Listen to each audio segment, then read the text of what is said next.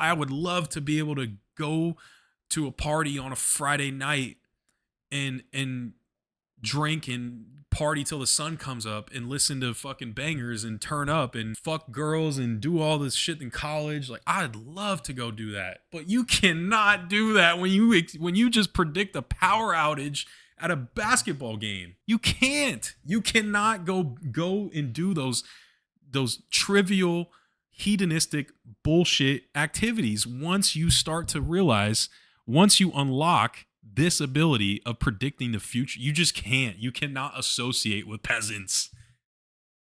What is good with y'all, man? It's your boy Unseen. We coming at y'all with another episode of Synchronized, man. Synchronized.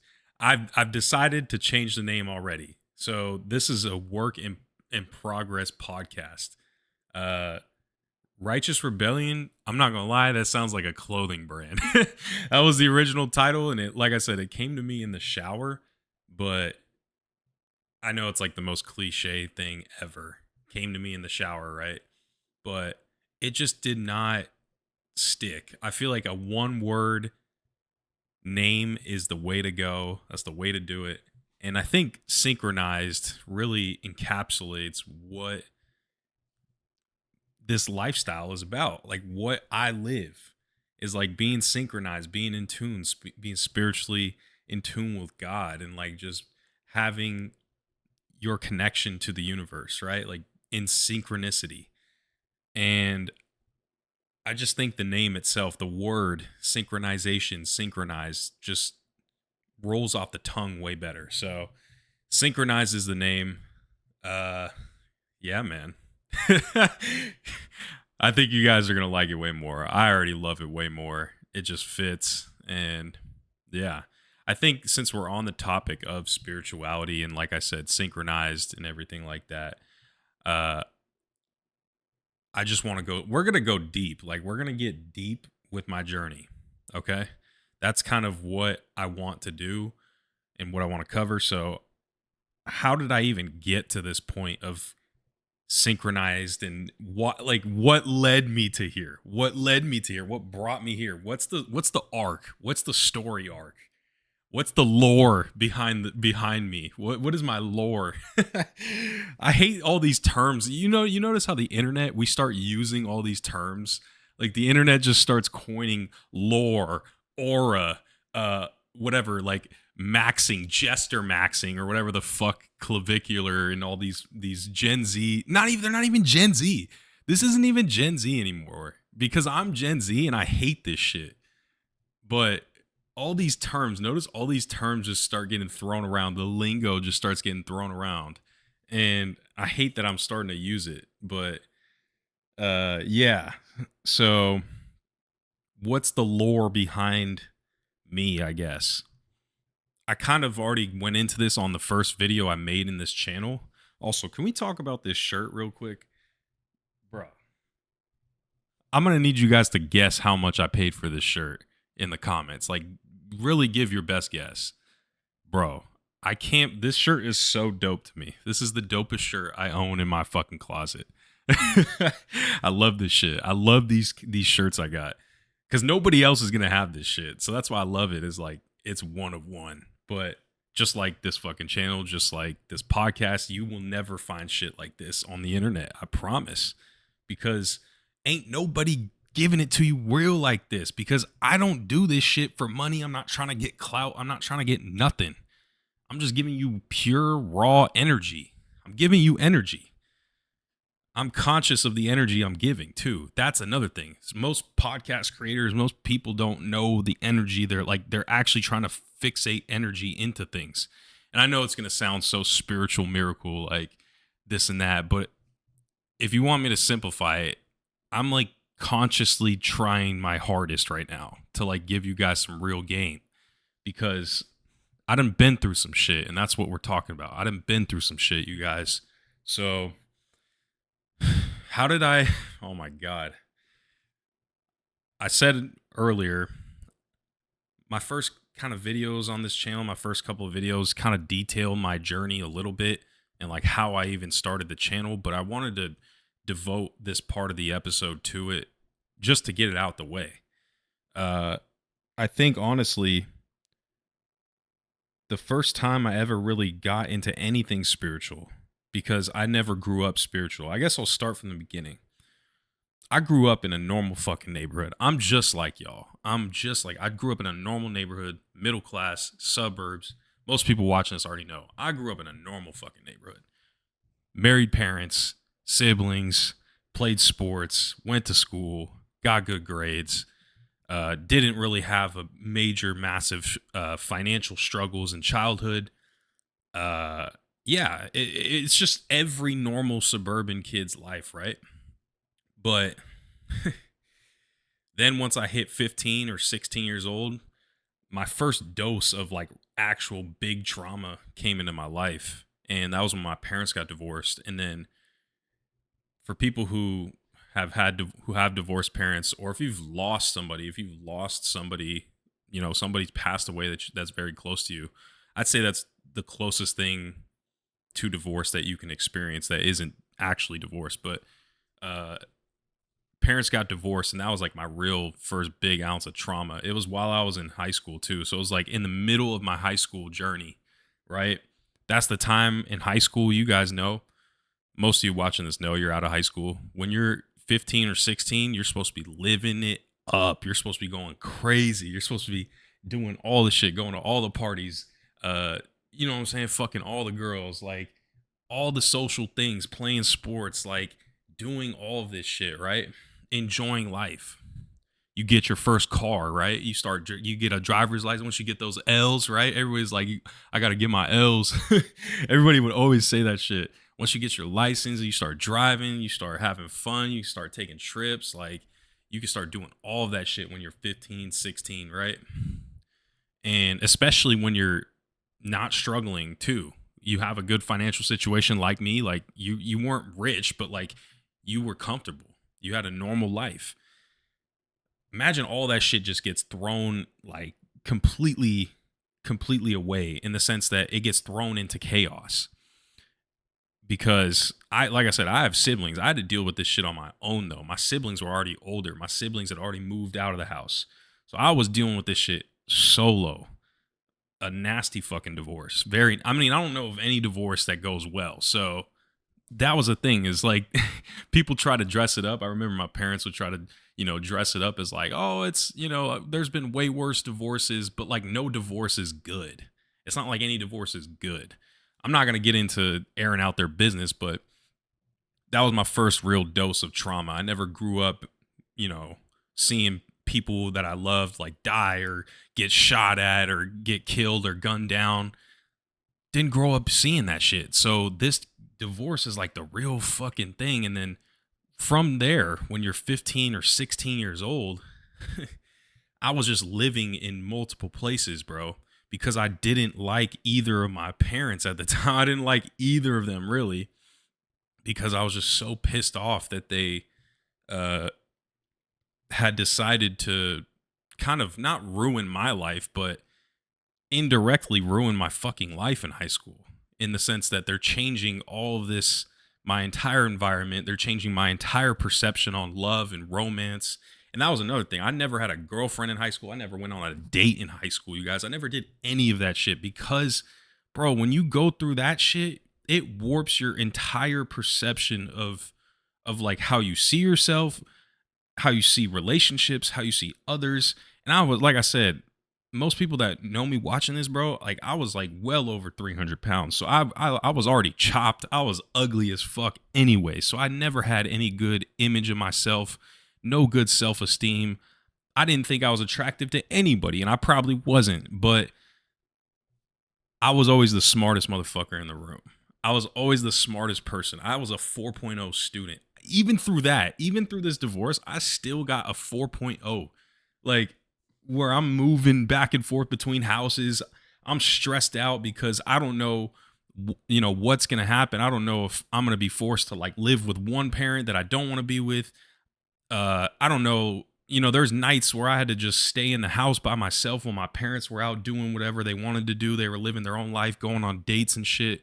I'm 15, bro. Like, And also, I was the youngest child out of three siblings, so I never got shown how to do anything for myself.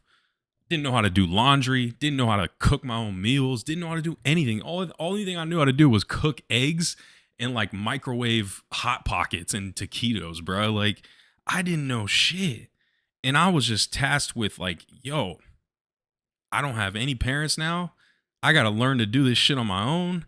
And I can't, and even if my parents are there, I don't trust them because of what the fuck they just did to me. So that forced me into deep depression to the point of like, bro, I'm thinking about ending it all. I remember when I was 17 years old, bro. I think I was 17. No, I was 16. I was 16 years old. I remember when I was 16 years old. I was living with my dad. It was just me and my dad, and he had a house. He got his own house, and dude, my God, I hate having to relive this shit, you guys. Like, I might be like, I really like that's the part of the healing though, is you have to go through these things. You have to like revisit these things. But dude, I remember being in this bedroom and just I think it was around the time that Mac Miller died, you guys. So I was already pissed off because I'm like, bro, one of my favorite rappers. Mac Miller is one of my favorites, bro. I grew up on Mac Miller. He's like my fucking guy. I loved Mac Miller. It was like around the time Mac Miller died, and then XXX Tentacion died like 3 months before that. So this was like 2018. So I just turned 17. But bro, that was the time where I was probably the lowest point I could think of ever. I really was like, bro, I might want to end it. Like, I even had it in my head, like, how am I gonna do this shit? How is it gonna feel? Like at this point, I was at the point where I was so defeated. I was like, this is so fucked, and I'm over it. I was like, it's over. I had already accepted that I was going to kill myself, right? I had already accepted that, bro. Like I'd already told myself in my head, it's gonna end anyways. You know, like you're already here, so just do it. That was where I was at, but I just didn't know how to do it. I didn't know how to do it. I didn't know how I would want to do it, and I never got to the point where I attempted anything though. But my mind was already dwelling in the mind state of it's already going to happen. It's just a matter of time before your body catches up to it and actually acts on what your mind is telling you. And that's where, bro, I swear to God, the synchronicity. This is what I'm telling you guys. The synchronicity in how this happened. It was mind blowing. This is my first ever introduction to spirituality. And mind you, I didn't even mention this, but parents got divorced in January 2017. So, from January 2017 through all the way through about August, I'm going to say August or July, I had gone to church for the first time.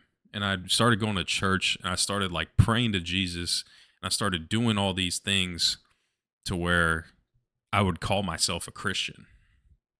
And once it reached that 6 month mark where I got to like June or July, maybe August of 2017, I'd kind of realized, bro, nothing's happening. I'm praying to Jesus. I'm praying. I'm doing all this shit. I'm going to church every Sunday with my dad. I'm going to church. I'm doing all this shit. I'm studying because I'm always a big history person. If you guys can't tell, I'm big into studying history.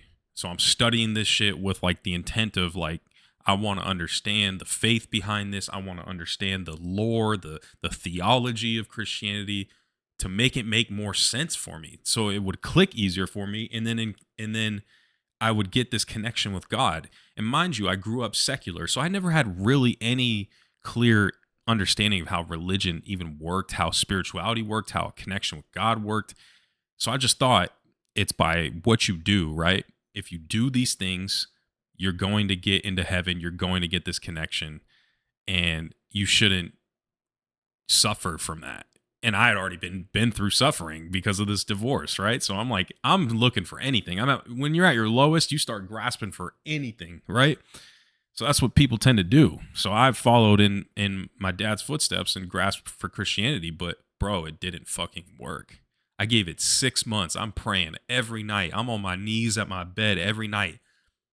Life didn't improve. ain't shit happened. Jesus didn't do shit for me, you guys. He didn't do anything. Didn't do shit. I'm sorry. I tried it. I gave it 6 good months. I tried this shit. I tried it so hard. I even went to some Bible studies. I tried it, you guys. I tried it and it didn't fucking work. There was nothing. And then in like August or September of 2017, I know I said the synchronicity of when I was at that low point in 2018. That was when I discovered this shit, but I think it was 2017. This is the thing with trauma is the dates get mixed up too. I start mixing up dates, you guys. So I think it was probably 2017 when I was at that low point. I don't think it was right when Mac Miller died. No, it wasn't. It wasn't. It was for sure 2017. It was like August of 2017. So scratch all of that shit that I just said about 2018. But that was still a very low point in my life. When Mac Miller and X died, I was like, bro, this is fucked. Like, these are my guys. Like, I fucked with these guys heavy. But August 2017, that was when I got introduced to Capital Steez and I got introduced to Pro Era, Flatbush Zombies, Joey Badass, Underachievers, Beast Coast. That was when I found this music that changed my life forever, and that's why the 47's in my title is because of Capital Steez. I got introduced to this. I found this music, bro. I did not look for it. This was before AI, mind you, before AI. I could never ask AI, hey, give me a list of conscious rappers or rappers that can help, accelerate a spiritual journey. Bro, this shit just popped up on Pandora one day. I think the first ever song, I'd already known Joey Badass for like 2 years since like 2014, but I never really got into the rest of the people that he was affiliated with. But I found Capital Steez from Joey Badass, like most people. And that was when I heard Free the Robots. And that's the first reaction video on my channel is from Free the Robots by Capital Steez. But I kid you not, bro. Right when I had just given up on Christianity and I realized it was the biggest fucking scam ever for me. That was when I realized. After that moment, I discovered Capital Steez, who then started to talk about the chakra system. He started to talk about the third eye, started to talk about meditation, started to talk about spiritual awakening, and from an Eastern philosophy perspective, from a perspective of Buddhism, Taoism, Ma'at in ancient Egypt, right? All of those Eastern philosophies and ways of life that approach spirituality. He starts talking about that in his music, and I start listening to the music. And I listened to it. I never really got into the spirituality shit. I was always a big history person, so I was always fascinated with Egypt and history. But the way that they would craft their lines, their rhyme schemes, their double entendres, the lyricism, that's what hooked me. I was already a big fan of rap, so I was already really into lyricism and rapping ability. So when I found a rapper who would just come up with these double entendres, the wordplay, all of this shit, like, bro, that was when I realized, like, I gotta listen to more of this. I gotta listen to more of this guy, like, take my money at this point. And that's when I found out Capital Steez was dead. He'd been dead for 5 years, bro. So I found him in 2017. He had already been dead for 5 years, but he's talking about the most relevant shit. And his shit's still relevant to this day, bro. There's a lot of shit. I remember in 2012, he has a lyric where he's like, he says, any questions answered AI in 2012, bro. And that's like the double entendre, because I'm pretty sure Allen Iverson, AI, has the sneakers. I think he's got the shoes called the questions and answers. Like, that's what the name of his shoes were or some shit like that. But also, any questions answered, AI, artificial intelligence, answers questions. He's talking about that shit in 2012, you guys. Ain't none of y'all ever heard the word artificial intelligence once. And the only time we ever maybe heard it was when we're playing 2K or playing the game when we have to go against the AI. But we always understood it as just the AI, like it's just a bot, it's a simulation, like it's a character that's an NPC. What we never understood it as this grand thing that can answer is the encyclopedia of every piece of knowledge ever to exist, right? Like we know it as it is now. So that's what I mean, is when I find a rapper who's been dead for 5 years, who talked about shit like that in 2017, or he talked about shit like that in 2012. I was like, bro, this guy is tapped in. He is tapped the fuck in. And I got to listen to more of it. So I started listening to more of it. And then I started finding out he started dropping shit like Synchronized, the 13 different dimensions, talking about the chakra or like the colors of the chakras. I'm green, like the green, he's talking about crystals, the malachite, like he's talking about all this shit, Nubians, ancient Egypt, like all of this shit, bro. Meditation, astral projection, in all this is all in his music, and he kept saying the number 47 every fucking time. I got sick of it. I was like, bro, what is up with this guy's obsession with 47? And then that's when I dove into 47.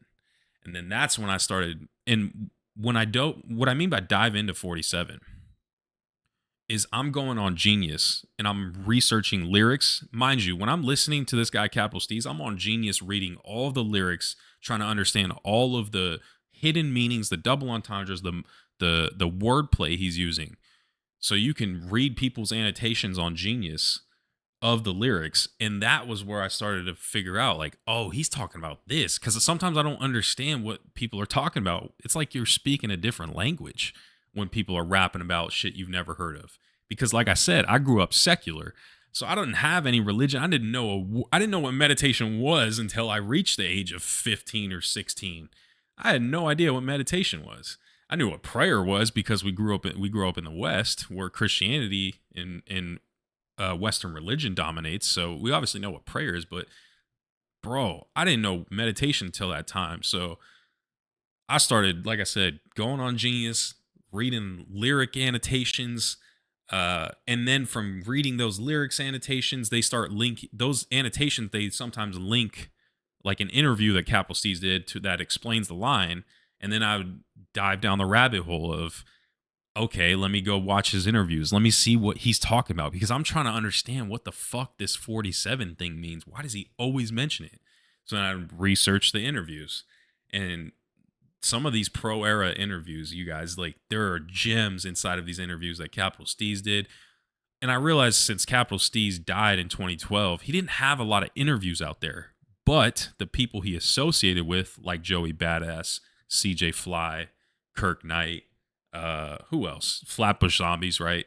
Michi Darko, Underachievers, Issa Gold. Issa Gold is the real fucking, I love, bro. Issa Gold is like, he actually probably changed my life. Because apparently Issa Gold told Capital Steez all of the shit he knows. Like, a lot of the shit that Capital Steez knew was brought on by Issa Gold from the Underachievers. So, and I actually spoke to Issa Gold. I'll link the video.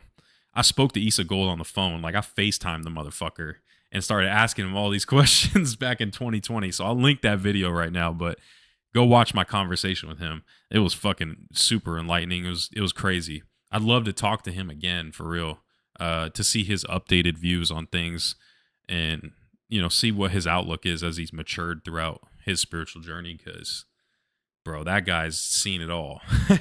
But that was when I discovered all their interviews, and they start talking about this conscious shit, this knowledge of meditation, astral projection, spirituality. I've said this a million times, so you guys know what I'm trying to refer to here, but all of this, mind you, it came at a time right when I was, like I said, I was just done with Christianity. I was like, this shit doesn't work. And then all of a sudden, just out of random, I just find these artists that start talking about all of this spiritual knowledge, about enlightenment. And I was like, dude, what is this timing? This is like divine timing. This is divine as fuck. This is so divine because, mind you, think of how many rappers, have we ever thought of this? Like, how many people have attempted rapping and label themselves as an artist? Think of the infinite amount of rappers that exist in this world and that could come on my phone and play music at any point in time when I'm on Pandora or fucking Spotify or whatever, right? What are the fucking odds that I find this shit and then this shit sticks with me let alone just to find it is hard, right? Just to find this kind of music, this niche genre of rapping, because it's not talking about sex and drugs. It's not radio rap. This is underground rap. What is the odds of finding underground rappers, from Brooklyn, from Flatbush, from this area, right? That's already hard in itself just to find someone from that region. That's a tough thing to do. What's even tougher is to have their music actually stick with you and you fuck with their shit. That's even harder. So it's like, bro, I beat the odds with this. That's why I'm like, there's no way this is not divine. So I found their music. It fucking stuck at this perfect time, this perfect in between of like, I'm stepping out of Christianity. This is not working. I'm just going to go back to living a secular life and just, don't believe in God or not really have a stance on it and just live my life the way I've always lived it. And then I find these motherfuckers. It's just the weirdest shit ever. It's so weird, bro. And that's why I could only sit here now 8 years later and reflect on it and think, yeah, this was 100% meant to be. This was 100% meant to be, man. But find these fools and just go down this insane rabbit hole of studying all of this shit. That was when I was in the phase of just studying, right? It's in the phase of studying all the things they're talking about: chakras, meditation, ancient civilizations, spirituality, conspiracies, right? Studying all of this shit, trying to really, because I want to understand their music. When you want to understand someone's language, what do you do first? You start reading it. You start studying the language more. You start trying to understand the dialect. You start trying to understand the linguistics, all of the things behind what they're saying. So then you could fit in and like actually grasp what the message is, right? You can comprehend what they're saying. So that's what I did from 2017 till 2019. I'm just studying. I'm studying while listening to these guys. And music is a crazy journey that you guys go on, right? People's music journeys are always insane to me. I think that's like the dopest thing. That's why I love music, because everybody has their own journey with music. So in those 2 years, I first found Joey Badass, and then I was like, okay, I've heard a lot of Joey Badass. Let me find Capital Steez, and Capital Steez doesn't have a lot of shit because he passed away so early. So, found Capital Steez, listened to Capital Steez for about a year. I still do now, but he's only got like one real project. Well, he's got a couple, but the project that blew him up, that's what I'm talking about. So I was like, all right, I'm moving on from Capital Steez. Let me find some other guys in Pro Era. Let me get into CJ Fly. Let me get into my boy Kirk Knight. And then, I start getting into Pro Era in 2017. I find that Pro Era Peep the Apocalypse mixtape that they did, where it's a group posse cut mixtape. That's the most legendary mixtape ever. That's one of my favorite. I wish I can get a vinyl of that. I love that mixtape. So I find that mixtape, and this is in late 2017. This is like December, maybe January 2018. And then I find Flatbush Zombies, who's affiliated with Pro Era. That's what Beast Coast is, right? I found Flatbush Zombies in 2018, and I get into Flatbush Zombies, and Flatbush Zombies have so many projects. They got hella projects. Fucking Better Off Dead, right? Find Better Off Dead. This was before Vacation in Hell came out, their album in 2018. So this is like February 2018. I start listening to all the old shit, all of their shit. And mind you, as I'm listening to all of these artists, they're all saying the same thing that Capital Steez is saying in his music. Because Capital Steez was the one that brought this whole fucking conglomerate together. So all of the themes in these guys' music are reflective of spirituality, of this subject matter that I talk about on this channel. So I'm like, yo, I'm getting like overdosed with knowledge right now. And I'm 17 years old, you guys. I'm 17 fucking years old. Like, most people find this knowledge like when they're 30 or 40 years old. Bro, I'm 17. So mind you, as I'm going to school, as I'm in my junior year of high school, got to take the fucking SATs, got to, deal with all this shit. with the divorce, deal with the divorce. I'm going back and forth between houses. I'm living all over the place, right? Living with my mom and her boyfriend, her new boyfriend. I'm living at my dad's place. Then I'm going back to my mom's place because my dad's fucking annoying me. Then I'm going back to my mom's place. Then I'm going back to my dad's. Like, it's just, bro, I'm all over the place, you guys. I'm all over the place. I'm driving, and I already have my license, so I could drive anywhere. But bro, I was at the point where I'm like, can I just go to fucking college? Like, I just want to get the fuck out of here. I guess I'm gonna wrap this back into the, now where I'm at, right? So I'm studying all this knowledge. This what's playing in my ear, what I'm listening to as I'm going through these things in my life at that time from 2017 to 2019 is these rappers. I'm only listening to conscious shit. And mind you, I'm like 300 pounds. I still eat I was eating Jack in the Box every fucking day, bro. Because I didn't know how to cook. I didn't know how to do any of this shit. I was 16, 17 years old. Didn't know how to do any of this, bro. Learned how to do all the things that you learn in high school, like laundry and all the adult things that we all do now. But bro, what's playing in my head, the music I'm listening to is underachiever. I'm listening to the most psychedelic fucking rap music ever. And I never, still to this day, I've never smoked weed and gotten high. Never gotten high. Never taken shrooms. Never, never, bro. I've only smoked a cigar. I've never been drunk, bro. I've actually never gotten drunk. Never. Not once. I've gotten buzzed, but never drunk.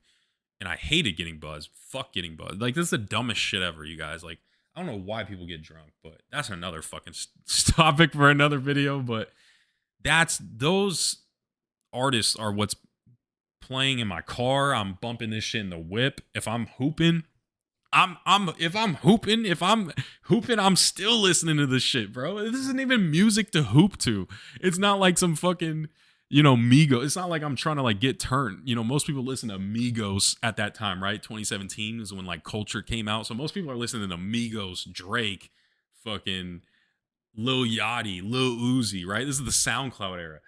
While they're hooping, I'll be hooping and I'm listening to fucking Joey Badass and Capital Steez talk about the fifth dimension. Like, bro, it doesn't make any sense, but I was just like, yo, these guys are speaking to me right now. This is a time where these guys are speaking to me. I'm fucking with this shit, and this is my soundtrack. So that's what's playing all while I'm going through this most traumatic thing I've ever experienced. These guys are listening to that, and like I said, I'm studying all of the shit they drop, all of the topics, the subjects that they talk about in their music. I'm Googling that. I'm Googling everything, bro. When they talk about 9/11 being an inside job, or like all the wars that go on that we fund that are just bullshit, right? I'm Googling all of these things. I'm Googling and researching. And that's how I start going down the rabbit hole at 17. I start going down this rabbit hole of spirituality and conspiracies and knowledge. And yo, you can never go back. I didn't realize at the time, but you can't go back after you see this shit. But I was like so down in the dumps in my life to where I'd felt like I'd been lied to because like I said, my parents got divorced. They kind of like faked their marriage a little bit, like just to keep, that's what a lot of people do, right? When they're married and they have kids, they don't want to like make their kids, they kind of want to like not bring the kids into it. And they kind of want to preserve what is left. So they fake being in love or just to keep the kids happy, right? So I'd felt like I'd been lied to my entire life. And I was just so sick of it, bro. I was so sick of it. I'd felt like I'd been lied to. I felt like I'd been finessed. And like, I feel like my perception of what romance is, all of it, bro. Dating, sex, romance, everything. My perception, mind you, it's like also when you're 16, 17, right? When you're a teenager, you get exposed to porn. So you start seeing some fake shit on top of the fake shit I've already been going through. So I'm watching porn. I'm like seeing all of this warped perspective of what romance is, what love is, what everything is, bro. And I was just so tired of it. I was like, I'm sick of being lied to. I am sick of this shit. Just give me the fucking truth. And that was when I started going down the rabbit hole with everything. I went down the rabbit hole with everything. So once I started to discover the world we live in, the society we live in, how everything's a lie. This is the matrix. We're living in a fucking matrix. You know, the government lies to us every fucking day. They put bullshit in our food. They put bullshit in our water. They put bullshit in the sky. I was like, yo, and I'm 17. I always have to say, I'm 17. Nobody in my, in my high school, in this, nice neighborhood I grew up in, is going to be relating to this. Nobody's going through this shit. There's probably a few, but I'm not the type to seek out those people. I'm the type to just keep it all into myself. And that was what I did, man. And that's why I stayed so quiet, when I was in my junior and senior years of high school, bro. I was so quiet, and I would never tell people, a lot of this shit that I was studying because one, nobody really asked me. And two, I just never wanted to bring this on anybody because it's such an intense thing. It's such that was also another form of trauma, is going through the early stages of spiritual awakening. Yo, this is the ego death that you go through. Your entire ego dies. So you got the truth, but it costs your ego. It costs everything you knew. It costs your whole identity. And it was just so much, bro. It was so much at such an early age. And bro, but that changed everything. And like I said, I started studying, researching all of these things that music is talking about. But that's what I'm saying, is the synchronicity of when I leave the church, I leave Christianity, I leave all of it. And then this music hits me. And then I go down this path, and I'm still down this path to this day. It's just like, dude, you cannot write that any more perfect. You can't. You cannot. I refuse to believe you can't. That is like the perfect storm, the perfect timing. This is divine synchronicity. And again, so to wrap it into why this is synchronized, it almost encompasses what I went through at that time that changed my trajectory forever. I would have been that same fat 300-pound kid that gets no bitches or whatever. Like, that's just so unconfident in himself, doesn't know how to stand up for himself, doesn't know how to articulate himself, doesn't know, really has no life experience, has no social skills. I would have been that same fucking person. I probably wouldn't even be that person. I'd probably be dead right now if I was that person. But I'd be that same fucking person if I never discovered that shit. If that song never played, if that Joey Badass or if that Underachiever song never came on Pandora when I first discovered them, bro, I probably wouldn't be here. Like, I probably would not be here. So that's what I'm saying, is the synchronization that occurred at that moment is fucking special, you guys. And I really hope that any of you watching this, I wish you could experience like this. I hope you guys have had a realization like this in your life, to where you can piece things together from your past and make sense of it, and see the grand, what's the word? The grand conjunction of all of it, right? Where it all comes together. Because I understand it now. I understand it and overstand it, actually. I don't understand. I overstand the shit now. Because I've had to dissect, and again, living on my own now. I'm in this apartment living on my own. So I have a lot of time to myself. I don't have to worry about drama with people. I'm not in a relationship. I got nobody to really worry about right now except myself. And because of that, this is the analyzing and the reflection I've been doing, is like piecing together all of this and learning to deal with that. There's a lot of parts of that time in my life when I was 17 or 18 where I I buried a lot of that trauma, bro. I buried a lot of it, and I've had to do in the last couple months, bro. I've been the shadow work. Like, shadow work is a real thing, you guys. I never really knew what it meant, and that's where I've used AI a little bit. I'm not gonna lie. I've used AI to like help me induce the shadow work I need to do for myself, because I never understood the term shadow work. And before we'll get into shadow work. I'm gonna get into shadow work, but before I get into that, to go back to synchronization or synchronized, I'm studying all that shit, right? I'm in high school. I don't know shit. Like, I'm just so isolated from everybody around me because I came across this knowledge and I can't tell anybody or else they're going to look at me like I'm weird. And people already were looking at me like I'm weird. So I guess what's the point? But I didn't have that awareness at that time because I was so young and immature. But people are going to look at me weird. I'm going to be embarrassed. Like, I got to fit in some way, somehow. And once I graduate high school in 2019, I go to college, you know, go to college, and that's when I start really applying the knowledge. Remember how I said in 2017 to 2019 or 2018 ish? I'm just studying. I'm studying, studying, studying. I'm researching, I'm Googling, I'm doing all this shit. In 2019, I start to apply it. I start to apply this knowledge. I'd spent 2 years just hearing, listening, researching, Googling, dissecting everything. I've done everything. I've done so much, but I wasn't getting any results because I hadn't applied anything. So that's when I realized I need to start applying this. So I started to stargaze a lot. When I was in college, I went to St. Mary's College, you guys. St. Mary's College in Moraga. It was a private Catholic school. It was a school of my dreams. Like I said, I had a 4.0 in high school, bro. 4.0 in high school. I got a 1200 on the SAT, so I'm kind of retarded. My SAT score was trash. I just suck at taking tests, but that's regardless of the fact because the SAT don't mean shit now. I don't even think they use it, but yeah. So I got like great test scores, got into my dream school. I was like, bro, let's go. Like I got into the college I wanted to go into. And so I go to St. Mary's. I'm a freshman. This is in like September of 2019.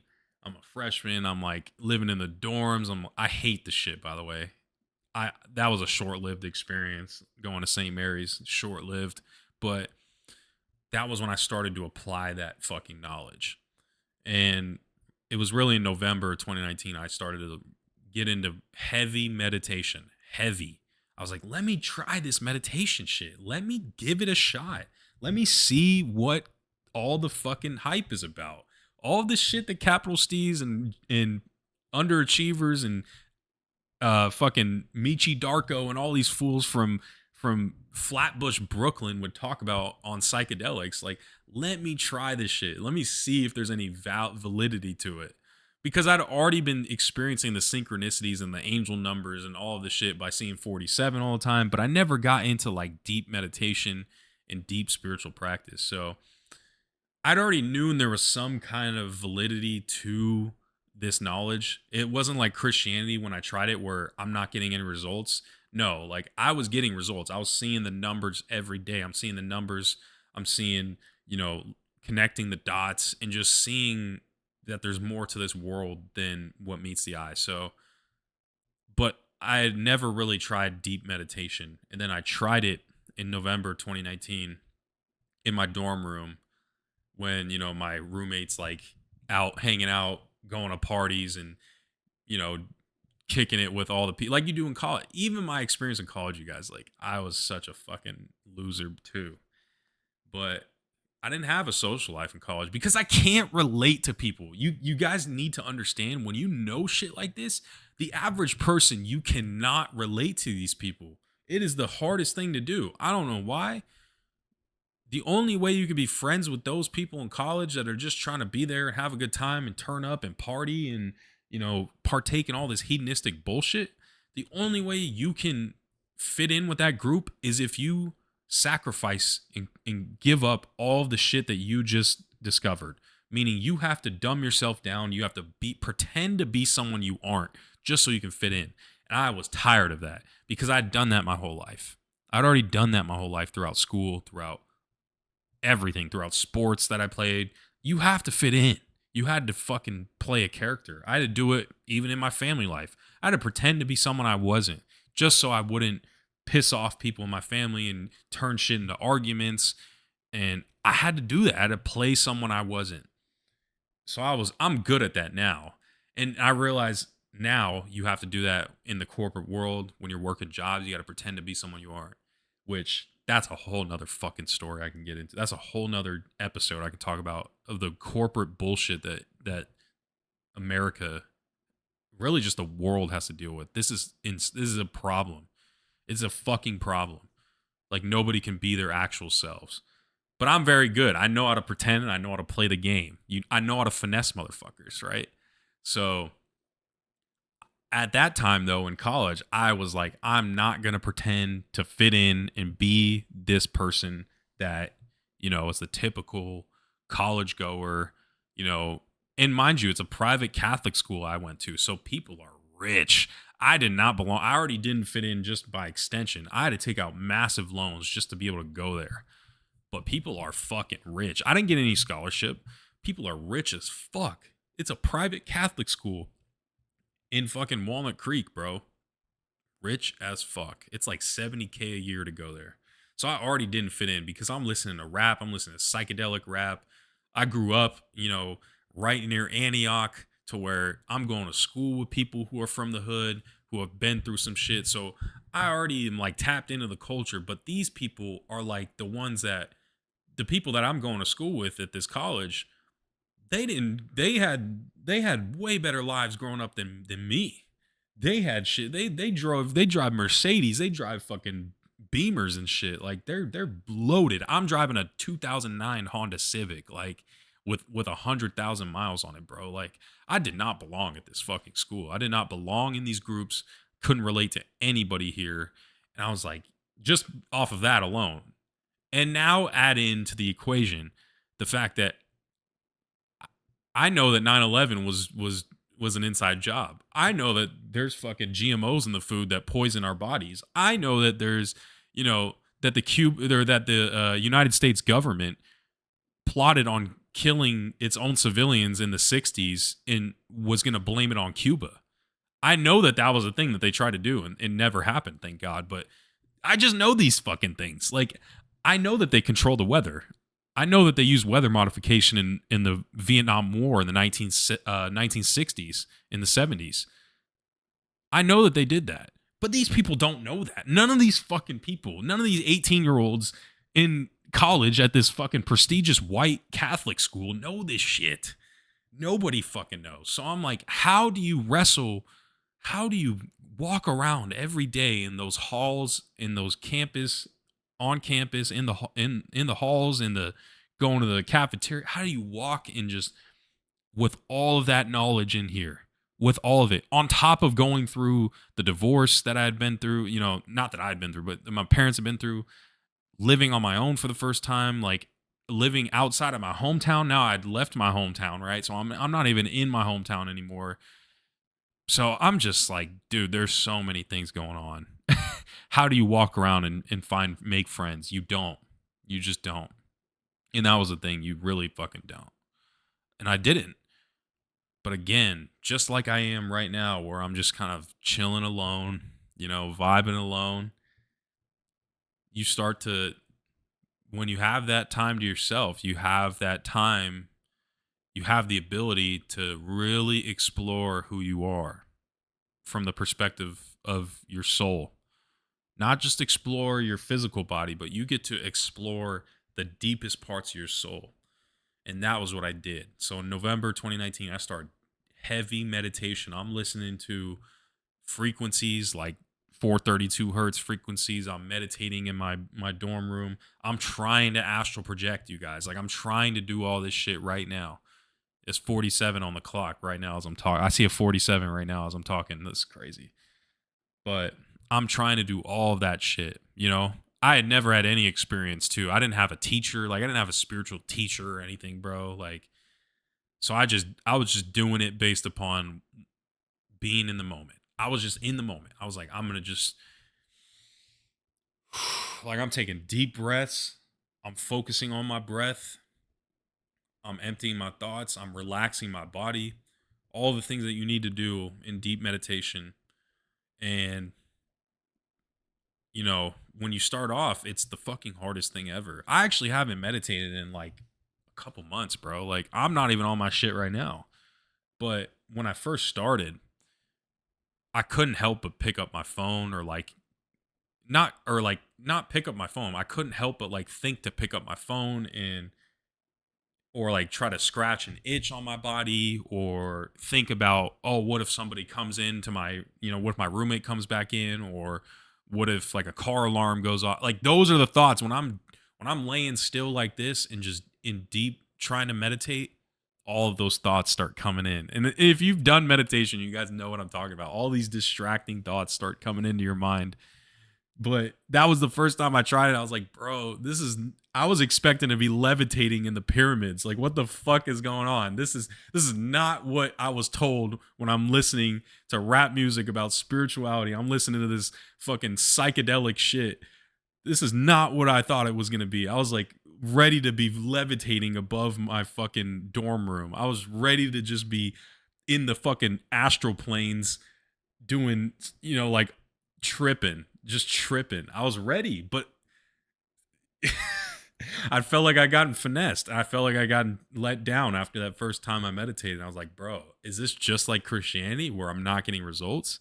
Like, what is this shit? This is bullshit. Like, yeah, I felt a lot calmer, but I didn't get to, levitate. I didn't get to see my body, like look down at my body and see myself, from my astral body. I didn't get to do that. I was like, bro, this is the whole shit that I had just been studying the last 2 years for, and I don't even get to experience it. Like, what the fuck?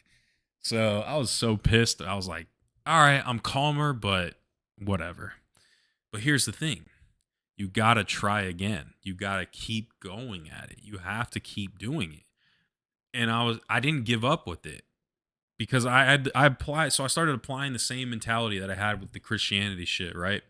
First time I went to church and the first time I prayed to Jesus, I didn't just stop. I kept trying. I was like, all right, like I'm not going to get my prayers answered the first time, right? Let me keep at it. Let me try to build on this. So I applied the same mindset. Let me build on this. Let me try meditation. Let me try guided meditation. So I'm looking up guided meditations on YouTube, like from someone that's like talking you through it a little bit. So then I'm trying guided meditations. And then there's times where I'm like, fuck that. I'm trying no music. I'm just going to meditate without anything, just the purest, bare bones form of it. I'll try that. And dude, as I'm doing these things, I'm starting to and then I try meditations of specific chakras. That's another thing. You do meditate on the chakra rather than just trying to calm the body and calm your mind. Then you meditate on the chakra. So I started getting, that was the one where I really saw results, you guys. That was when mind you, this was like in December of 2019. So like mid-December, I started like getting some results. So after a month, I started seeing some results, tangible results, like real fucking shit that I'm unlocking something. And mind you, my diet is still terrible. My diet fucking sucks. I'm still eating processed foods. I'm still eating GMOs and soy and, all the garbage. So even with a fucked up diet, I'm drinking fluoride still drinking fluoride. But even with a fucked up diet, I locked in for that 1 month of meditation where I'm doing it maybe 2 to 3 times a week for about 45 minutes to an hour in my dorm room. Do that. And then I started to meditate on the chakra, on the third eye chakra. That was when I started in my meditation with my eyes closed. I start seeing the color indigo. I start seeing an indigo color when my eyes are literally closed. And I'm like, what the fuck is that?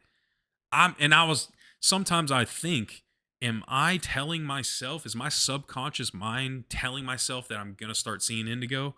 Or am I just experiencing this shit because I'm directing energy to it? And that's what happens when you direct energy to that specific energy point in your body. I started to overthink it, So right as I started to experience the shit, I started geeking out. I'm like, holy fuck, like, what am I seeing? And then the shit goes away. That's the thing, is when you start to react in meditation, when you react to it, that's when you fuck up. You can't react. You can't let the shit consume you. But that was like my first ever moment of experiencing those flashes. I call them flashes of indigo because you just start seeing the color just radiate all throughout your vision when your eyes are closed. If that even makes sense. You know how you can't see shit when your eyes are closed is dark, but I started seeing colors. Colors started to come into my vision when my eyes are closed. Like in that darkness, I started seeing color. And I was like, holy fuck. And I was like, wait, indigo. Indigo is like, so I started to see the color indigo, and I always knew the color indigo. And I'm like, wait, indigo is like the shit that Capital Steez talks about. This is what indigo, like, why, he calls everybody indigo children, that people that are awakened.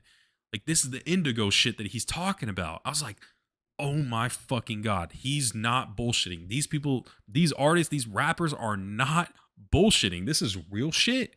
I'm seeing indigo. I see why they talk about indigo shit. I was like, bro, I think I found, like, I had already thought I found some shit with all the conspiracies and all this shit I'd learned. I was like, bro, I just discovered some shit. Like, I just came across the holy grail of meditation. I thought I'm ready to go to the fucking mountains of Nepal and start meditating and be a monk. I had thought I'd unlocked the universe. Little did I know that was the start. But yeah, so that was like early December to mid December. And then this day is a special day, but December 24th, 2019, for me, that was the day that everything changed. And I'm not going to, like, I know it's like, that's the dramatic effect. Like, this is the day that everything changed. That was the day when the Fire Nation attacked, right? My fucking nerd self. Love Avatar. Avatar is the greatest fucking kid show, you guys. I love Avatar, right? I think I have a theory too. I'm not gonna go into it now. I'll probably make another episode for this. I'll probably include it in another episode. I have a theory though that the shows you watched. This is actually not my theory. This is the theory from one of my roommates that I lived with. He's my fucking guy. This guy changed my life too. But he had this theory of the shows you watched when you were a kid, like when you were 7 or 8 years old, influence who you are today. And I was a big fan of Avatar: The Last Airbender.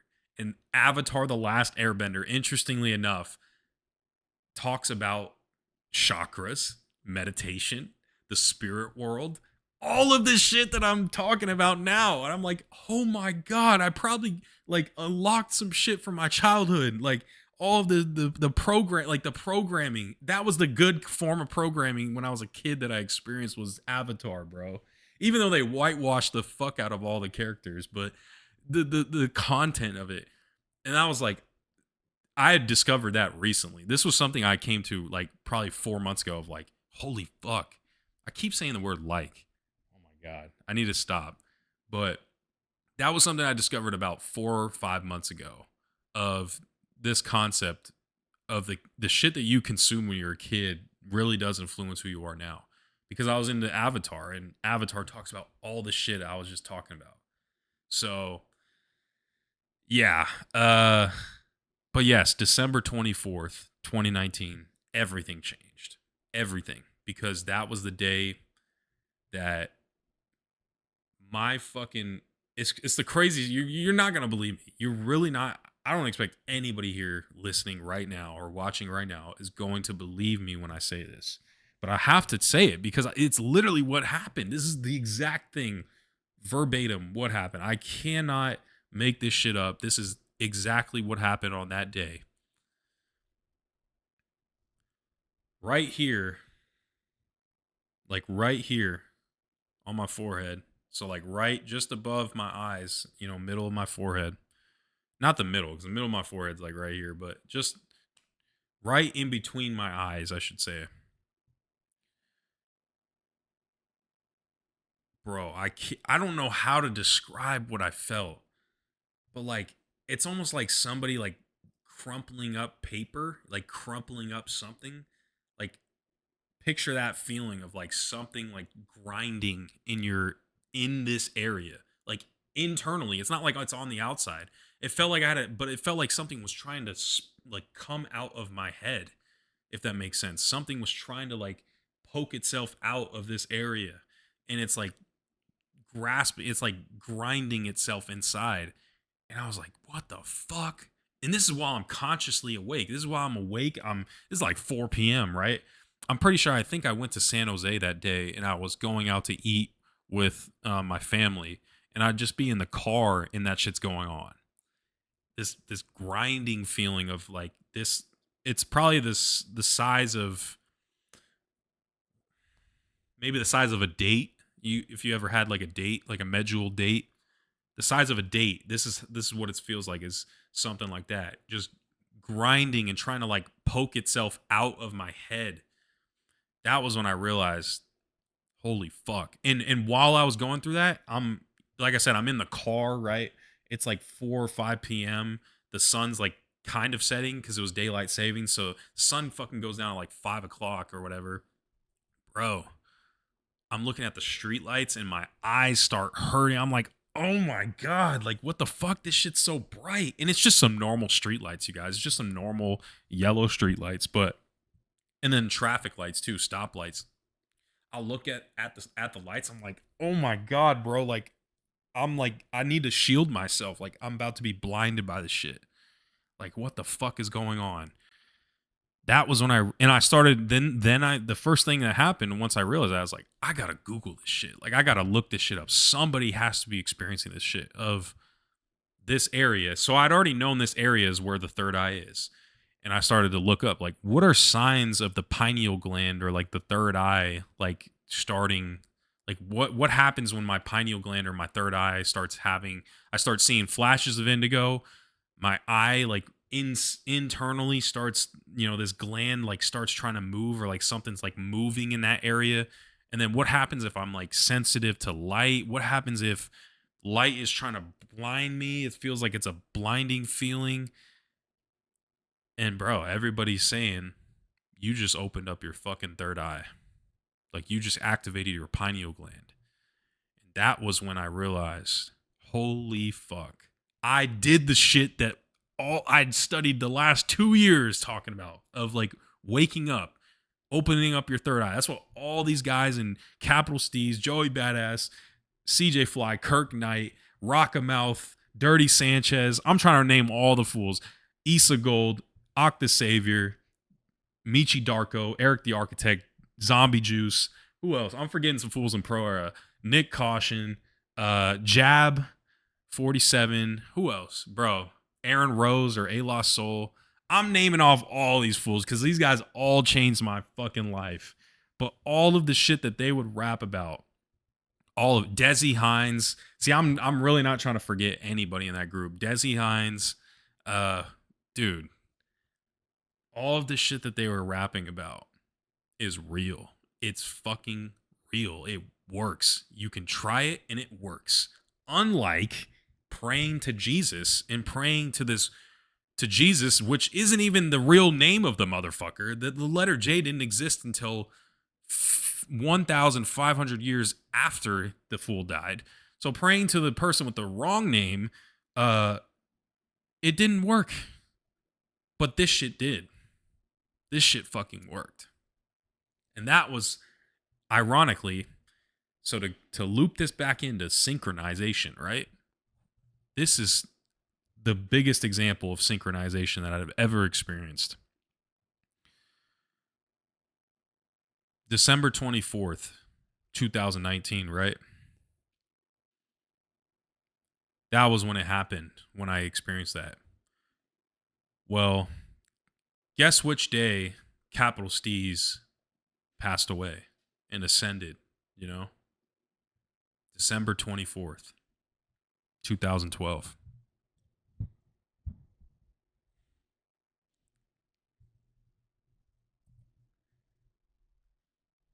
Mic drop. It's for real, a mic drop. Like, this is what I mean, bro. That is the biggest thing. And that was when I knew that in that moment, on that day, that I had discovered, like, I think I just established this connection with God. I had built something that nobody else had ever built, nobody else had ever experienced. Bro, that's what I mean, you guys. Like, when people ask me, like, why are you so intense with this shit? Why do you just not let this go? Why don't you ever let this go? Why don't you just reinvent yourself and change and let your spirituality not be the center point of who you are. How the fuck could I not make it who I am? When I connect all of this shit, you could be like, well, that's just a coincidence. You really think that's a fucking coincidence after all the shit that I just told you? You really think that's a coincidence? After all the trauma I'd been through, all the bullshit, all the fucking pain, the suffering, the neglect, the disrespect from people, the questioning from people, people thinking I'm crazy, all of it. On top of the social isolation I'd been through, everything. You think after all that, that's just a coincidence. All right. All right, bet. That's the thing, man. If you think that's a coincidence, like you're the you're gonna reincarnate many times until you start to realize that things like that aren't coincidences. You're just on, you're not here on this is your first incarnation here. And I pray for people like that. I wish those people the best. I'm not gonna like God will handle those people. If you think people like that think it's a coincidence, God will reveal to you what's real. I'm not the one. That's not my place to serve or to punish you or to enlighten you. You'll be enlightened. Maybe not in this lifetime, but bro, that is like the biggest fucking wake up call I'd ever experienced. I was 18 years old. Again, 18 years old, you guys. I'm 18. I'm a youngin. I'm a jit. I'm a YN. I'm a YN for real. Like I'm young. I'm a youngin, bro. So December 24th, 2019, that was when that happened. That's the biggest synchronization, probably to this day. One of the biggest that I'd ever experienced was that synchronization right there. So that's why synchronized is like, in Capital Steve's would rap about synchronization. He'd use the word synchronicity or synchro. He'd always say it in his music, bro. He'd always fucking say it. He'd always mention it somehow, some way. So to experience what I experienced, to awaken on the day that Capital Steez also ascends, is like that was so special to me, man. That's why if I ever get a tattoo, it's gonna be 47. It's gonna be that logo. That's the only tattoo I'll ever get in my entire life is that. Because and then after that, this is December 24th, so 2020 comes around. I could get into the whole story, but I'm sure you guys understand. I had gone through this biggest awakening, this spiritual awakening. The spiritual awakening had happened. I have the date, I have the time, I have the exact moment it happened of a real spiritual awakening. Not a bullshit one, a real one. But I started from there, changed my diet, started doing yoga, started meditating even more, started learning all of these practices even more. Meditation, just really honing in on meditation. But yoga was another thing. I started doing yoga like 3 or 4 times a week. I kind of fallen out of touch with it now. I'm actually gonna probably get back into it now. I realize my body needs it now. I need to align my body with my mentality. So yeah, but yeah, man, that's kind of, I woke up just in time for 2020. And you guys know what happened in 2020. But that was how, and then in 2020, that was when I started my spiritual channel. So from December 24th to like February 25th or whatever, when I started this channel, I realized I'd gone through some shit. And at that time, I was also watching some spiritual YouTubers. So I'd already been watching spiritual YouTubers talking about these things too. So on top of consuming the music, I'm watching spirituality through YouTube. I'm finding that was when Soluminati, you guys, started to wake up spiritually. So like random motherfuckers started waking up in the end of 2019. Soluminati, I'm watching Soluminati. I'm watching Infinite Waters, like Ralph Smart, who's like, he's a fucking plant, but he was good for a beginner, right? I was a beginner in spirituality at that time. So Ralph Smart, I think Von to Cut was kind of becoming a thing. It was really in 2020 when Vontu cut, Foster, eBay, and a lot of those guys really popped off. That was when the spiritual community popped the fuck off. Was 2020, me included. That was when I started to make spiritual videos. But yeah, it was a great time, man. Uh, but I was watching those guys consuming that music, the enlightened music, the Beast Coast, Joey Badass Pro Era, Underachievers, Flatbush Song. I'm listening to all their music, and then I start changing my diet. I'm doing yoga. I'm doing all the shit. I never, still never smoked weed. Still never did shrooms or did psychedelics. But I did this shit naturally. I did all of the shit naturally. All the people that talk about, oh, bro, you should have just taken shrooms and you would have experienced it. Bullshit. Do it natural. Your body can do those things that shrooms does to you naturally. You can already have those experiences. Everything you want is within here. You can tap into that within your body. All of those things that shrooms and LSD and DMT and ayahuasca will induce, you can induce that yourself. Your body, because if a substance can induce it in your body, then that means your body is capable of experiencing it with or without a substance. If your body can experience it, if you can experience it, that means you don't need a substance. Substances do help though to help induce it. It will extradite the work, but it's not natural. And people will be like, "Well, but the substances come from the earth." And I'm like, "Yeah, that's valid. I'm not going to, and if you want to do that, go for it, bro." I've honestly thought about trying it because I've been so aware of these things. I want to experience these things, but I really think giving it a shot of naturally trying to do these things is the way to go. Like that's like the full experience of it. Is if I can do it without a substance, if I can just do it just raw dogging it, why not? That's gangsta, that's baller. But yeah, so then I started my YouTube channel in February 2020. After I'd gone through that awakening, sorry, I should back up a second. After December 24th of 2019, I was going to college, going to this college, right? I was like, bro, I just experienced some shit. How am I going to go back to the dorm rooms and explain this? How am I going to explain this to my roommate? How am I going to explain this to the professor? On top of all the other shit that I was already telling you guys that nobody else is going to relate to at this fucking college with just privileged white kids. How am I going to tell them that I just unlocked and activated my pineal gland? How am I going to tell anybody this shit? I can't even tell my family. If I can't even tell my family, you best believe I'm not going to tell some random fucking stranger that I'm going to school with. Absolutely not.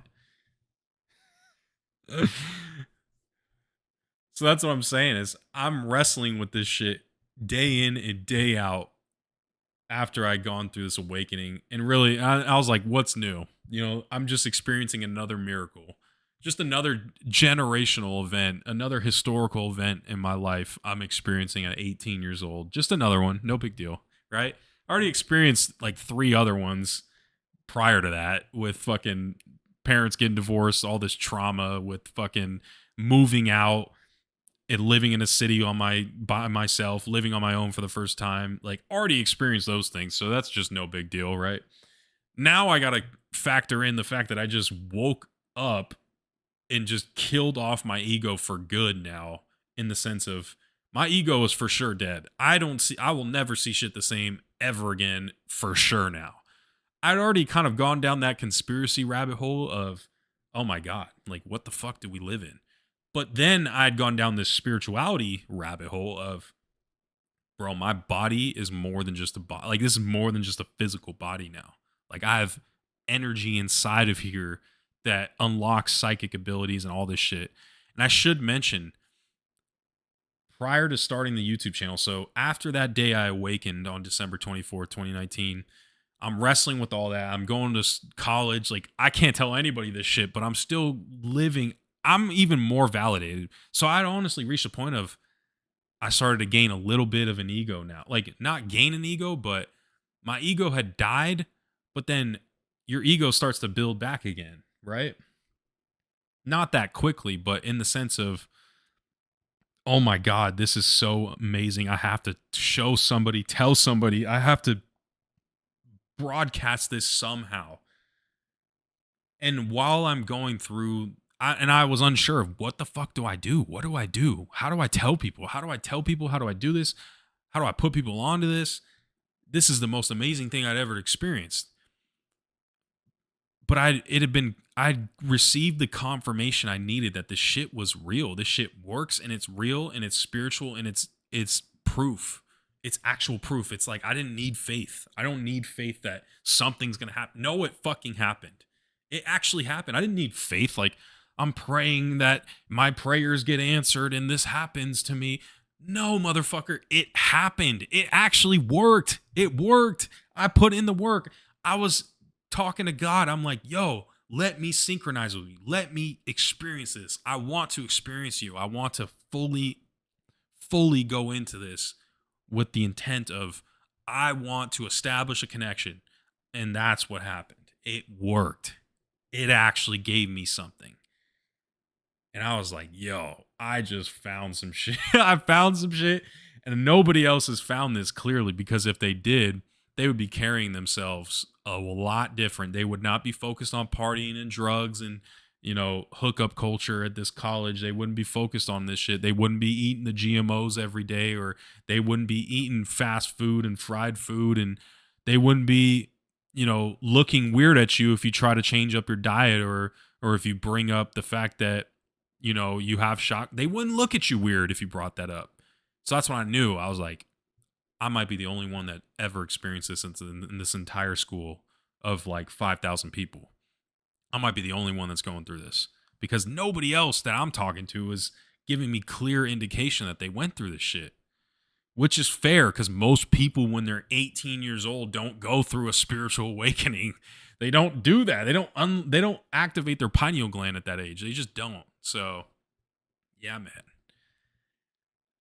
But then I started to unlock the psychic abilities. I started to predict the future. I remember there was a time where, bro, this is the crazy. I have to tell this story now. I just have to. I have to. Now that the timeline is, I've caught up with the timeline. January of 2020, I'm working. When I was going to college at this school, it's $70,000 a year tuition, right? I can't afford the shit. I'm broke as fuck compared to these people that go to this school. I'm a brokey.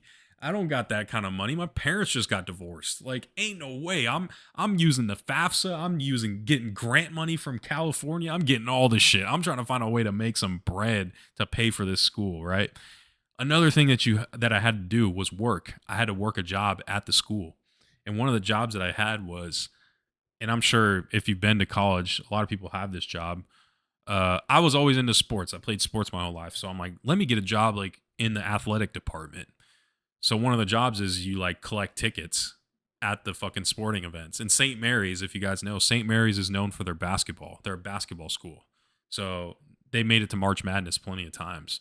Patty Mills and Matthew Dellavedova went to St. Mary's. Like, there's some legends that played at St. Mary's, bro. St. Mary's goes crazy for basketball. So I'm taking tickets to the basketball game.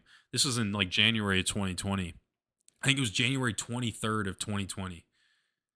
Maybe 24th.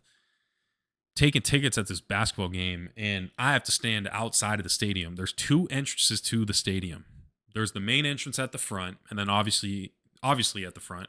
And then in the back behind the stadium, there's like a VIP kind of like back room entrance. Like you can enter through the back of the stadium. It's not a huge stadium. I shouldn't even say stadium. It's an arena. So I'm at the back. I'm taking tickets, right?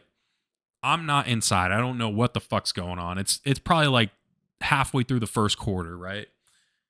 And I'm just taking tickets. And mind you, if you guys don't know about St. Mary's, the campus, this campus is a small campus. It's a really small campus. There's maybe 5,000 people that go to this school. It's a small Catholic private school.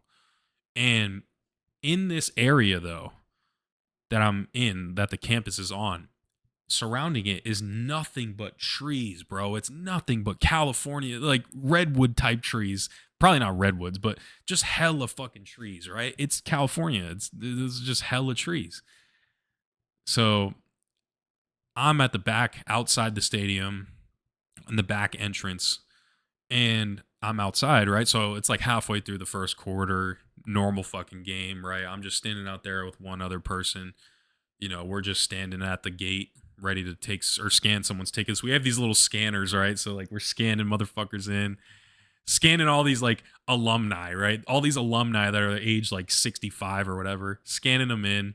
And I just start, it gets to a point where there's like 4 or 5 minutes left in the quarter, and most people are in the arena by now. I'm not scanning any tickets. So at this point, I'm just standing outside with this person, like with my coworker, and there will be a here and there, like maybe once every like couple minutes, like a couple will come in and I got to scan their tickets, right? What I'm saying is there's a lapse in time. There's 5 or 10 minutes at a time where I'm just standing there looking at nothing. I can't really go on my phone either because it's like you don't want to be on your phone when you're working because if someone pulls up and you're just on your phone, it's just gonna look bad. So you got to really raw dog this shit when you're working, right? So I'm just staring into the trees and I'm tapped in. I'm all about nature. So I'm spiritually awakened, right? I'd gone through this awakening. I recognize the power of nature. I recognize trees and all these living beings around us. And I'm staring into these trees, man. And I'm just like locking in on these trees. I'm staring. And this thought just random out of random comes to me. I was like, bro, what happens if there's like a power outage or something? Because I always have these like doomsday thoughts. Like I grew up in a family where, you know, you have to be prepared for shit. If the earthquake hits in California, we live on a fault line. I'm always thinking of like, what happens? I'm sure you guys you've had to have had those thoughts, right? Like, what if somebody just comes in and shoots up this motherfucker? Where am I going to go? Or what if the earthquake happens right now? Like, how am I going to escape? Or what if, a bomb goes off, right? How am I going to get out of here? Who am I going to save? I had those thoughts. I'm sure you guys have those thoughts. We all have. If you're a guy watching this, you definitely have those thoughts. We all think the same on that and that kind of emergency preparedness mindset. So that thought popped in my head of, yo, what happens if the power just fucking goes out right now? What would happen if in this entire arena the power goes out? And I was just like, all right, whatever. Then I just get back to looking at the trees. And I'm like, all right, whatever. It's coming down to like the end of the first quarter. So there's like maybe 2 minutes left. And, I'm like, all right, I scanned someone's tickets. No big deal. This is like 7:30 at night or maybe 8 o'clock at night. So it's nighttime. I'm just staring out in the trees. And like I said, a minute left in the quarter, last possession of the quarter, roughly. And dude, I kid you not, I turn around. I like turn around to like I think to go back into the stadium to go to the front entrance or to go back. No, it wasn't to go back to the front entrance. It was like I turn around to like go through the stadium to go back to like this trailer that we have where we can like give out tickets. So I turn around and you have to walk through the stadium. I keep saying stadium. You have to walk through the gym to get to that trailer. So I was just ready to turn around. I turn around and then you can see like there's the windows. There's some windows on the gym. Like you can see the light coming through the windows on the gym. Like it's fully lit up. And I kid you not, bro, I see those lights go out. Everything just goes out. It's dark. It's dark. And I hear screams. I hear like those like gasps. Like everyone's going like, like, bro, I kid you not, you guys. It happened. It fucking happened. The whole fucking stadium, the power goes out. Dark. It's dark. Power goes out. Right as I turn around and go back in. Remember I told you I just had that thought of what happens if a power outage happens right now? The fucking power went out within 5 minutes of me thinking that. Not even 5 minutes, within like 3 minutes. Power goes out.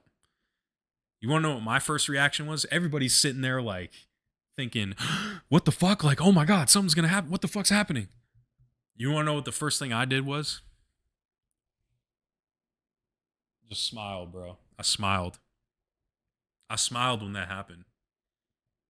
I smiled so hard, and I turned back and looked at those trees, and I just said thank you. Like, I smiled so hard, man, and just thanked them because I knew at that moment. And I'm getting chills. I'm getting chills saying this because I've kind of lost these psychic abilities a little bit over the last 4 or 5 years. I've lost these this clairvoyance and ability to predict those things. I know I've lost those abilities, and that's what I'm trying to do now that I've moved here and I can really focus on myself is tap back into that. But I'm getting chills saying this because I knew in that moment my 18-year-old self, like I knew in that moment I had tapped into something. I unlocked my psychic abilities. I unlocked something. I unlocked this ability to predict the future. And you're gonna look at me like, what the fuck? Like, you're crazy. That was just a coincidence. We've been here, you guys. Is it? Is it really after all this shit that I'm telling? Is that just another one? That's just another coincidence, right? Another one. Just another one. Another one. All right. Bro. Ain't no way. That is the biggest piece of evidence I can give to you. And you don't gotta believe me. But that's the biggest piece of evidence I can give to you that this spirituality shit is real. It's actually real. It's a real thing that gives you results in real time if you work on it and if you stay consistent on it. It is a valid fucking path to go down. You will get results. You don't have to pray. You don't have to wish and hope for bro, you'll get real results. It works. It works. You don't have to have this question mark of, is this going to happen? Do I have to wait on judgment day or do I have to wait for this time? No, it happens. It works.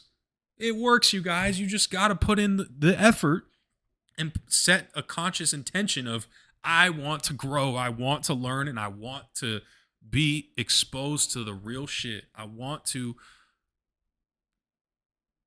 connect, to synchronize with you, with this universe, with you, God. I want to build a connection.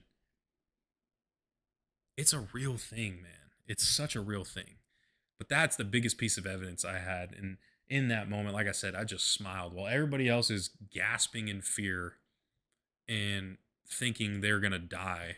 I smile and say thank you because that was another piece of proof that all of the meditation I've been doing, all of the studying that I've been doing the last 2 years of this, it pays off. It paid off, and I found it out, and it worked. So then, this is January 2020, right? January 2020.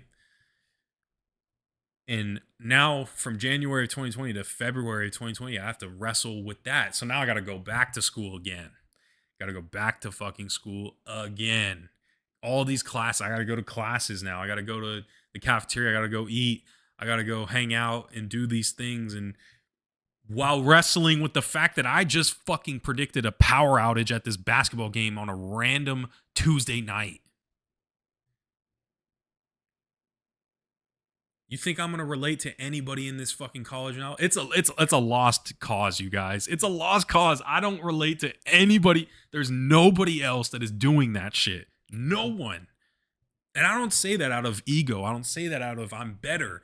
I'm just saying it out of this is what I'm going through. This is what I'm experiencing, you guys. I didn't love to be able to go to a party on a Friday night and drink and party till the sun comes up and listen to fucking bangers and turn up and fuck girls and do all this shit in college. Like, I'd love to go do that, but you cannot do that when you just predict a power outage at a basketball game.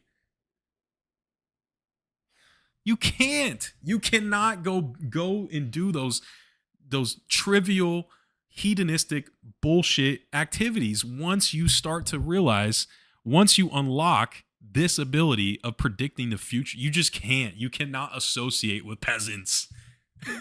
I don't like to say it like that, but that's how it felt. It's like these people are peasants. These people are not awakened. These people don't know anything. They don't know this shit. They have no idea what the fuck I just went through.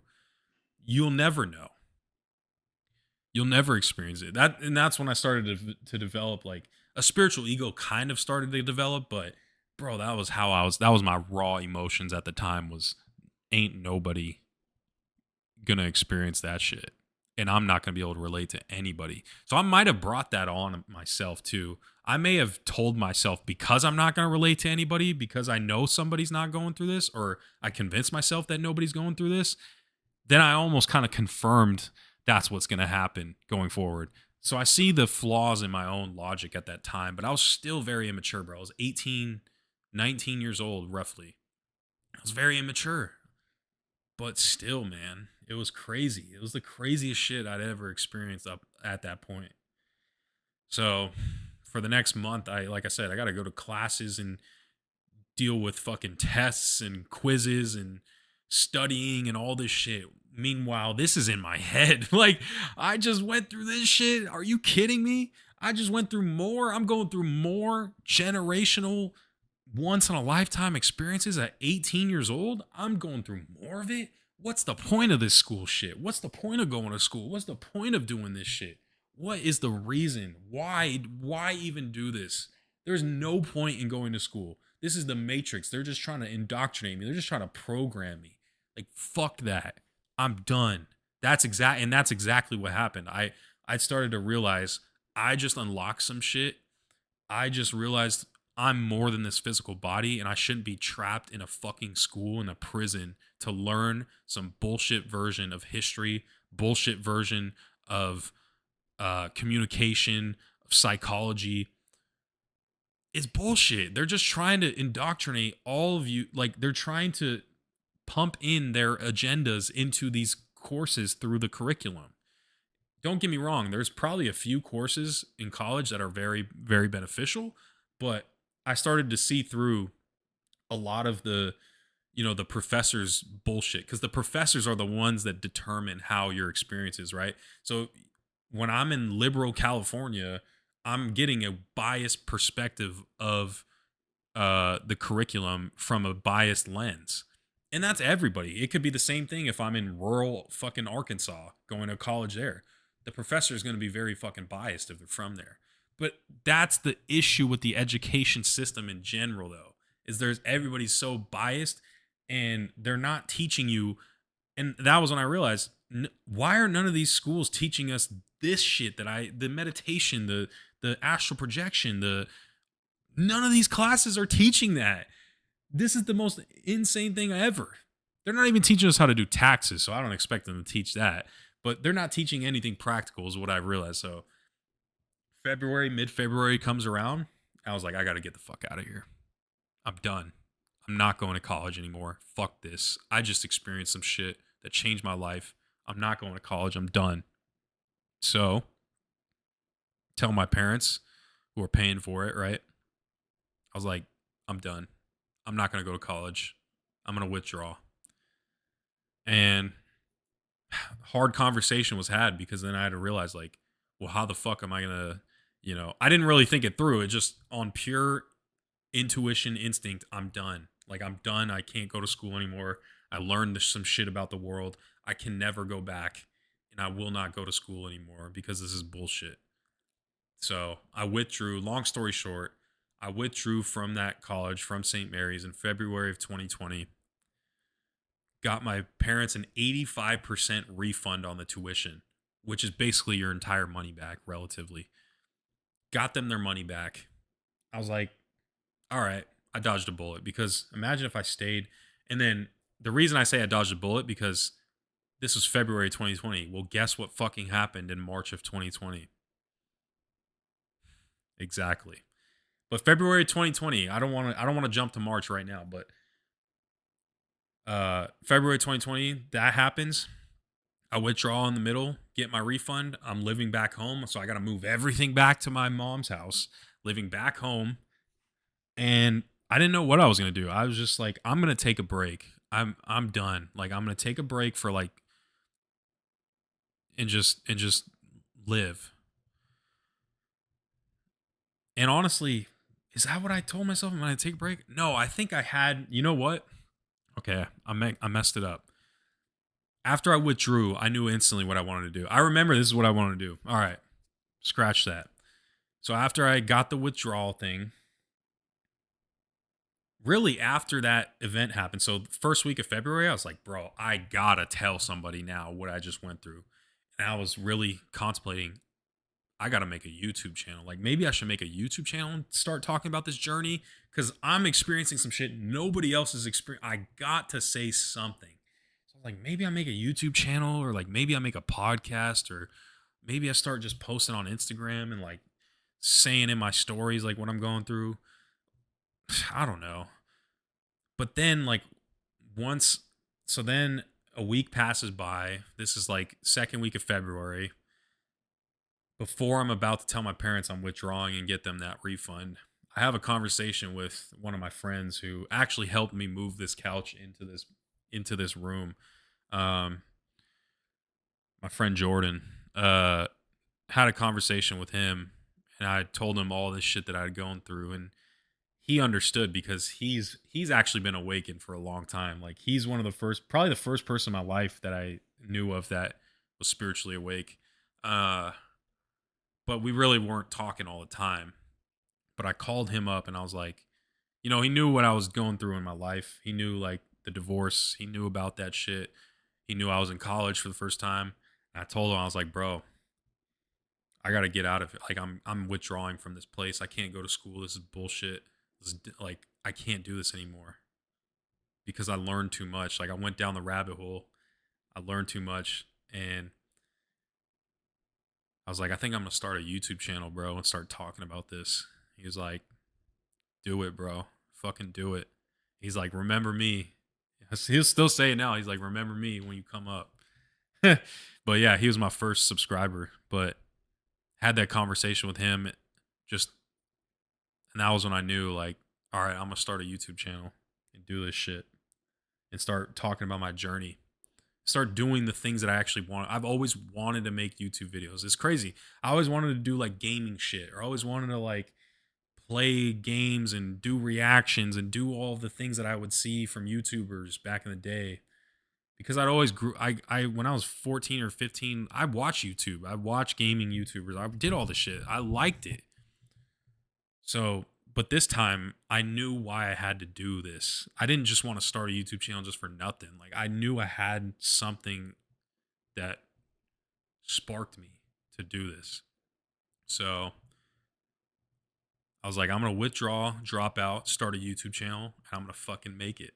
I was like, I'm gonna do this shit.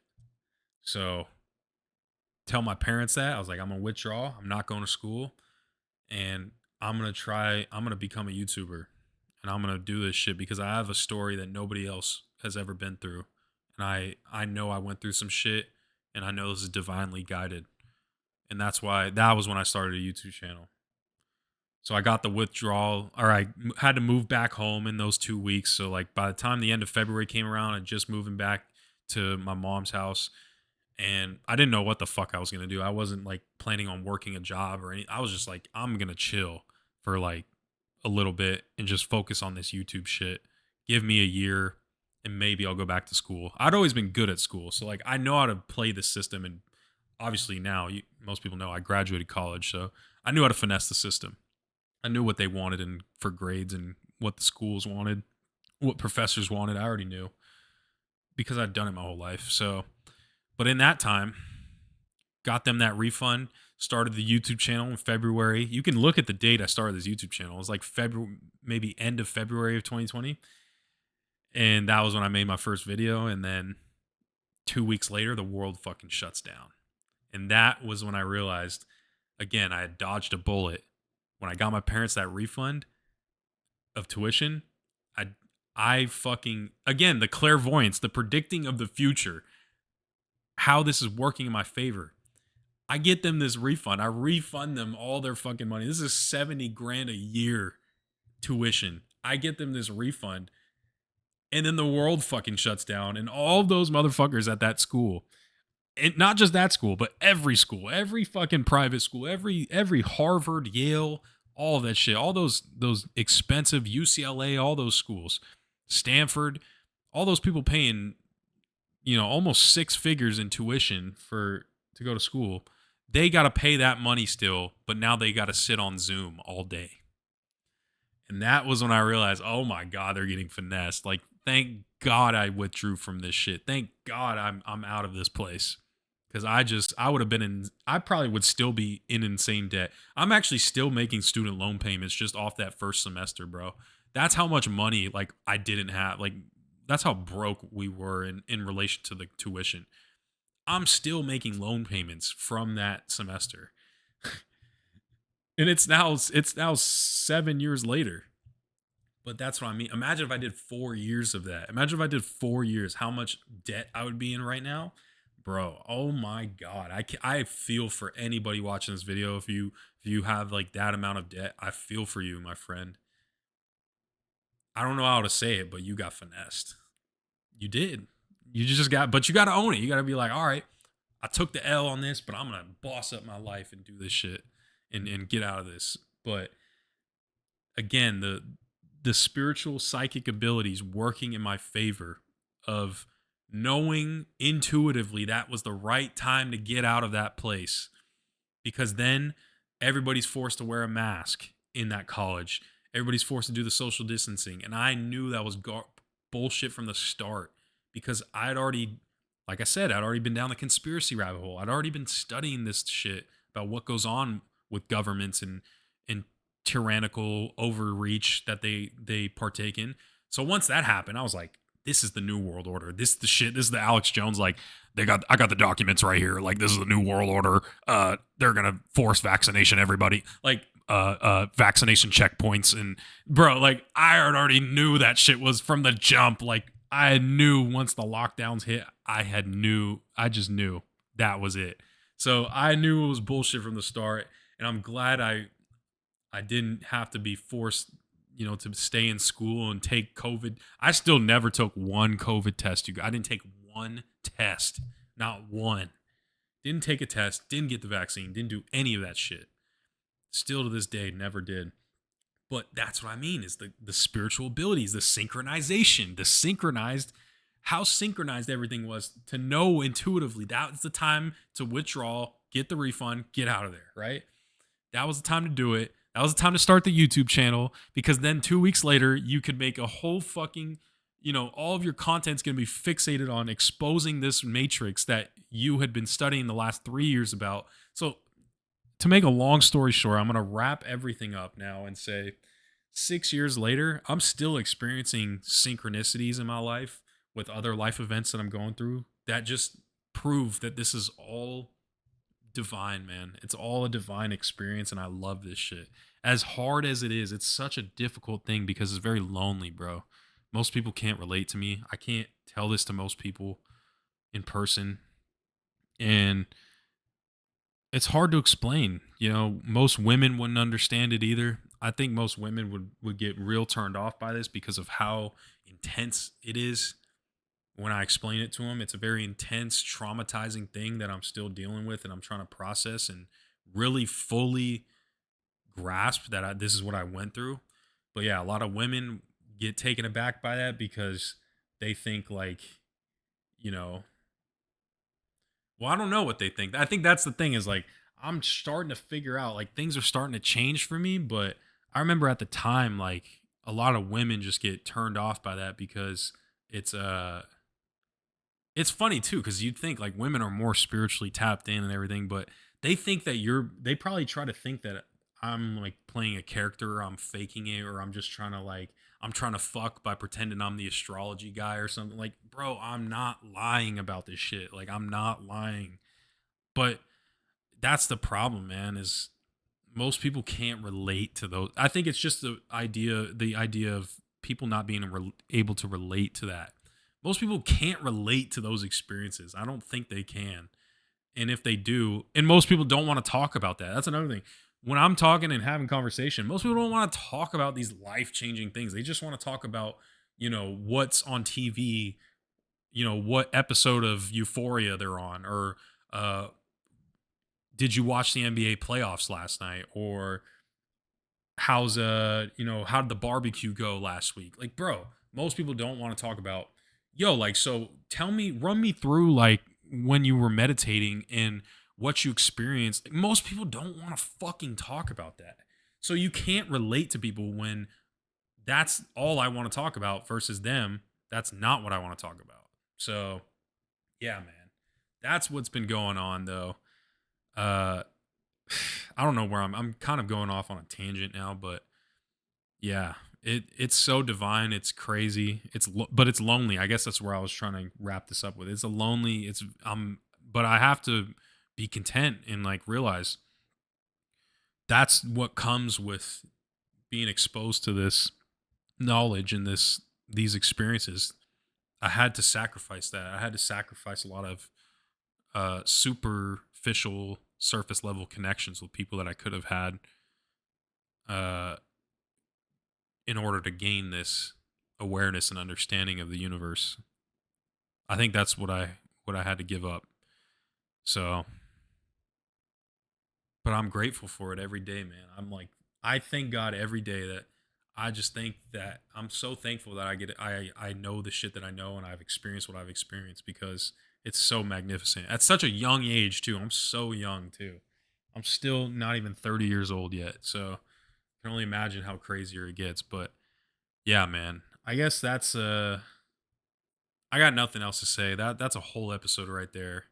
Just about my journey, about synchronization and how this works, how it manifests, when I talk about divine timing and how God works in my life. That's what I'm talking about.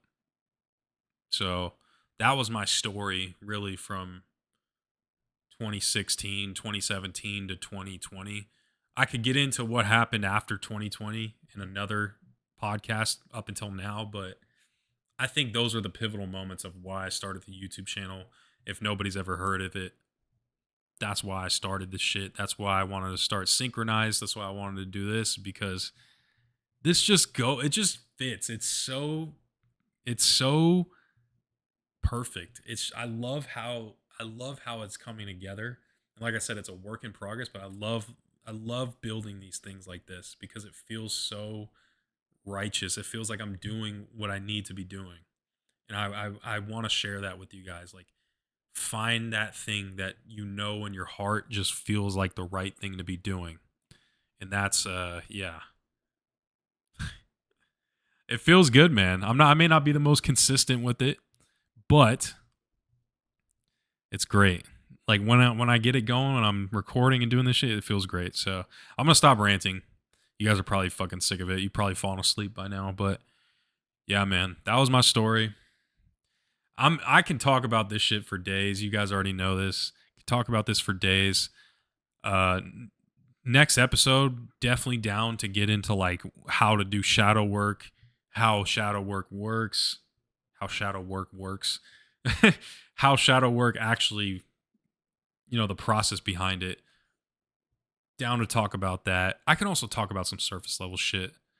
Also, this wall, I'm going to update you guys. I'm putting vinyls on this wall. I'm putting vinyls on this wall. I just got to build it and go through all that shit, which takes some time. But I'll be getting some plants here soon. Some plants going to make this place like real cozy, real chill. Putting some vinyls on this wall because I fuck with this shit. I got some vinyls like right over here, just off to the side. You can kind of see a little bit of the stand that it's on, like that the arm of the nightstand or the end table. So that's where my vinyl player's on. But about to have some vinyls in this bitch. So yeah, man. But I'm gonna call it good there. Yeah, shit, dude. It's been a while since I've revisited that point in my life, but it felt good. About to go enjoy the rest of the day. It's about 2 p.m. right now, so about to go enjoy the rest of the day, man. So I'll catch you guys later. It's been your boy Unseen. I'll see y'all on the next one, man. Peace.